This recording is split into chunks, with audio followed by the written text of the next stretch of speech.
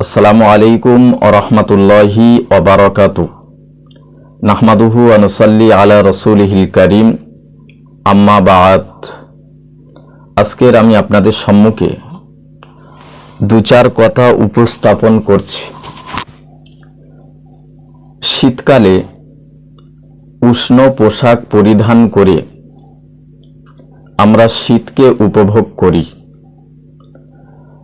ঠিক আর একদিকে লক্ষ্য করলে দেখতে পাওয়া যাবে শৈত্য প্রবাহে লাখ লাখ মানুষ শীতের জন্য থরথর করে কাঁপে।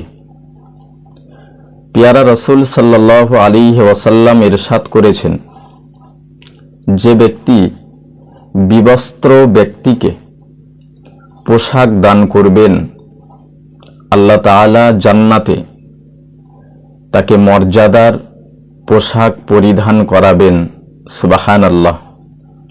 এজন্য শুধু ধনাঢ্য ব্যক্তিরা নয়, সাধ্য মতো আমরা সবাই এই শীতের সময় যারা এতিম, মিসকিন, গরিব, দুঃখী, অসহায়, তাদের পাশে দাঁড়ানো অত্যন্ত জরুরি এবং প্রয়োজন। আল্লাহ পাক আমাদের সকলকে পালন করার তৌফিক দিক। আমরা সকলে বলি আল্লাহুম্মা আমিন। সুস্থ থাকুন, ভালো থাকুন।